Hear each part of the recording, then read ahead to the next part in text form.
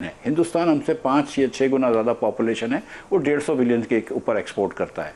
और उसकी वजह ये है कि 2 करोड़ 70 लाख बच्चा जो आपका है वो स्कूल से बाहर है। आप इनको सूबों को इतने अरसे से 2010 से पैसे दे रहे हैं, what have they got to show for it? आप ये तो देख लीजिए कि आपका 10 में से 8 बच्चा जो है वो पढ़ाई नहीं कर सकता, उर्दू के 2 जुमले नहीं पढ़ सकता 10 साल की उम्र में। तो हमने स्कूलों पे तो ध्यान नहीं, पूरे नंबर्स पढ़े नहीं है इकोनॉमिक सर्वे में, लेकिन वो चल रही थी खबर उसकी कि शायद कुछ 27% स्कूल है सिंध में जहाँ पे बिजली लगी हुई है। तो आई वाज जस्ट शॉक कि हमारे पास तो बिजली का ढेर है और वहाँ से 27% स्कूल है जहाँ बिजली लगी।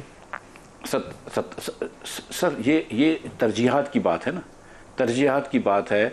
आपने अब भी इस वाले पीएचडीपी में भी जो सूबों के आपने ये प्राइम मिनिस्टर साहब ने चेयर करके 2900 या 2869 अरब रुपए का जो आपने पीएचडीपी का एडीबीज का पैकेज अप्रूव किया है, उस पर आपने क्या करने की ज़रूरत थी आपको? इस बार आप ये कम करके अगर आप थोड़ा सा टैक्स ब्रेक दे देते, आप बिस्प की पेमेंट्स बढ़ा देते, डबल या ट्रिपल कर देते लोगों को, तो आप स्टंटिंग कम हो जाती, इलिटरेसी कम हो जाती। आप कोई बच्चों की प्राइवेट वाउचर्स की स्कीम स्कूलें करें, आप लोकल गवर्नमेंट, जो गवर्नमेंट का सेक्टर जो लोगों को डिलीवरी करता है, लोकल गवर्नमेंट, वो आपके मिसिंग है।